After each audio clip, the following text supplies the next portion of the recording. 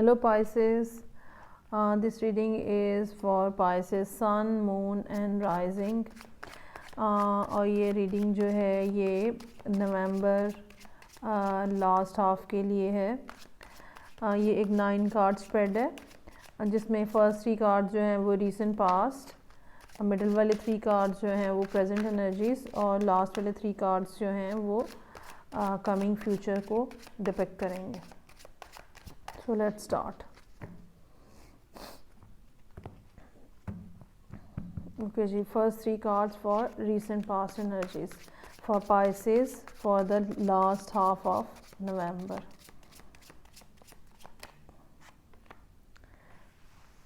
Ten of Wands. ज़िम्मेदारियां हैं, मुश्किलात हैं, हालात हैं इस किस्म के जो कि बहुत भारी महसूस हो रहे हैं इस टाइम पे।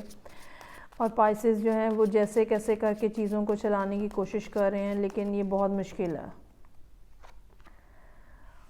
और वो ये चाह रहे हैं कि वो ये वेट जो है जो उन्होंने उठाया हुआ है इसको फेंक दें और नए सिरे से ज़िंदगी का स्टार्ट ले सकें।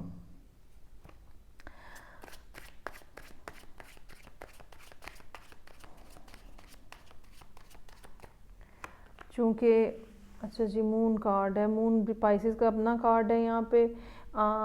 ये चूँकि रीसेंट पास की एनर्जीज़ को शो कर रहे हैं ये तीनों कार्ड्स, यानी कि ये नवंबर का फर्स्ट हाफ और अक्टूबर का एंड। तो सूरत हाल जो है पास्ट के पॉइंट ऑफ व्यू से अगर हम देखें तो सूरत हाल जो है वो काफ़ी ज़्यादा मुश्किल थी, ठीक है। और चीज़ें जो हैं वो डील करना काफ़ी ज़्यादा मुश्किल था। इसलिए पाइसेस ने ये डिसाइड किया कि वो डिसाइड करना चाह रहे थे कि वो सारा कुछ छोड़ छाड़ के नए से स्टार्ट लें। लेकिन इस सिचुएशन के ऊपर मतलब फ़ियर है उनको, अननोन का फ़ियर है, अनसक्सेसफुल होने का फ़ियर है। जिस चीज़ को, जिस स्टीरियोटाइप को ब्रेक करके नया रास्ता बनाना चाह रहे हैं उसके बारे में फ़ियर है कि मेरा डिसीजन जो है वो गलत ना हो। ओके जी, अब हम देखते हैं कि प्रेजेंटली पाइसेस के साथ क्या सूरत हाल है for the second half of November. Queen of wands, कोई फायर साइन है जो कि पाइसेस के साथ एसोसिएटेड है। जेंडर पे आप मत जाइएगा, ये ख़ातून भी हो सकती हैं और ये कोई मेल भी हो सकते हैं और ये पाइसेस ख़ुद भी हो सकते हैं जो कि क्वीन ऑफ वॉन्ड्स की एनर्जी लिए हुए हैं। एक क्वीन ऑफ वॉन्ड्स जो है एंटरप्रेन्योर होती है, इसके पास बहुत एबिलिटी होती है, रिसोर्सेज होते हैं, आइडियाज़ होते हैं और ये अकेले काम करने वालों में से होती है और ये काम कंप्लीट भी कर लेती है। बहुत अट्रैक्टिव पर्सनालिटी होती है क्वीन ऑफ वॉन्ड्स की। ये कोई मेंटोर भी हो सकता है जो कि पाइसेस को गाइड कर रहा है।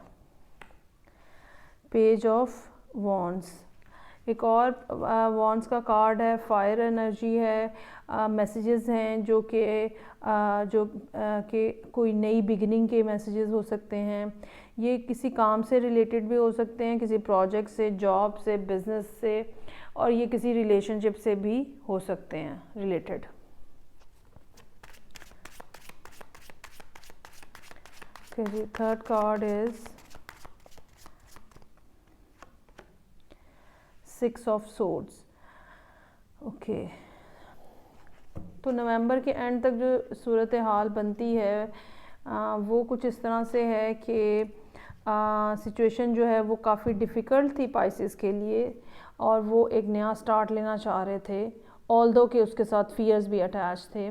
कोई फायर साइन है जिन्होंने उन पाइसेस को आके कोई नया रास्ता दिखाया है, कोई नया प्रोजेक्ट दिखाया है, कोई नया आइडिया दिया है।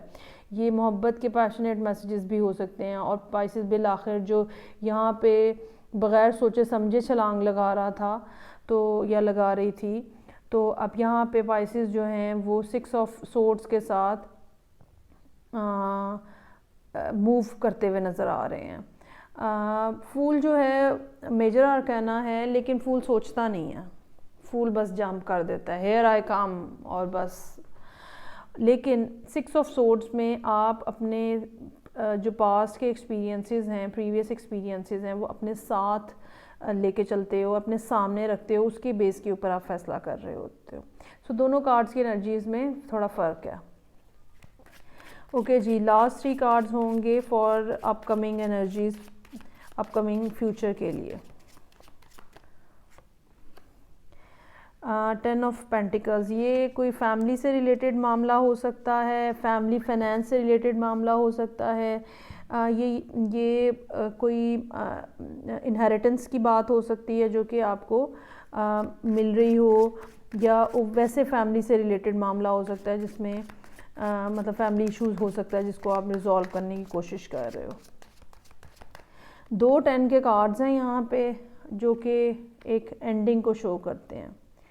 ओके जी, कार्ड आ गया जी हाई प्रीस्टेस का। हाई प्रीस्टेस भी पाइसेस का कार्ड है, कैंसर और पाइसेस, और मून कार्ड भी जो है वो इसी तरह से है। हाई प्रीस्टेस हम जो है ना वो हमें उसके पास अमूमन जो है ना कोई सीक्रेट होता है जो कि हमें पता नहीं होता है, ठीक है, कोई इन्फॉर्मेशन होती है, कोई बात होती है जो छुपी हुई होती है। मून में भी यही बात हो सकती है, मून में भी कोई ना कोई हिडन सीक्रेट हो सकता है। अभी हम इसको क्लैरिफाई करते हैं। ओके जी, last card for Pisces is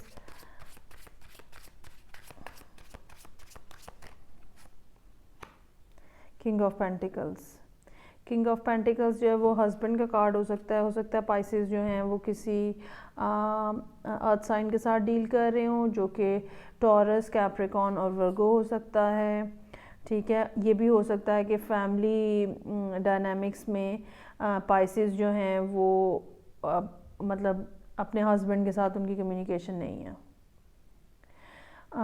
ये ऊपर वाला सिनेरियो भी हो सकता है कि फैमिली से रिलेटेड ही नज़र आ रहा है यहाँ पे। ओके जी, बॉटम ऑफ द डेक जो है नाइट ऑफ वॉन्ड्स है, एक और फायरी एनर्जी है, there is someone who is coming very fast, ठीक है। काफ़ी ऑन एंड ऑफ टाइप की एनर्जी होती है। ये भी हो सकता है कि कोई फायर साइन हो जिनके साथ अब उनकी कम्युनिकेशन पाइसेस की ख़त्म है और दोनों तरफ से खामोशी छाई हुई है। ओके अच्छा, ये इसके अलावा मैं एक एक कार्ड ड्रॉ करना चाहूँगी टू सी कि ये क्या है। मून की एनर्जीज़ जो कि प्रीवियस हाफ के लिए आई हैं नवंबर के लिए, please give me 1 card for this moon energy. Okay ji, कोई चीटिंग हो रही थी जो कि छुपी हुई थी, ठीक है, वो सामने आ गई है, जिसकी वजह से पाइसेस ने नया मतलब प्लान कर लिया है, या पाइसेस पहले इस बर्डन से जो है ना वो बहुत तंग था और वो एक नया स्टार्ट लेना चाह रहा था, और फिर उसके बाद एक चीटिंग के ऊपर कोई बात खुल गई जिसके बाद उसने डिसाइड किया कि वो मूव ऑन कर जाएगा या कर जाएगी। ओके जी, high priestess, please tell me high priestess को क्या पता है जो कि हमें नहीं पता है। ओके कोई एरीज़ है जो इस सारे सिचुएशन में इन्वॉल्व है और वो इंतज़ार कर रहा है आप के आगे मूवमेंट के मैसेजेस का इंतज़ार कर रहा है वो।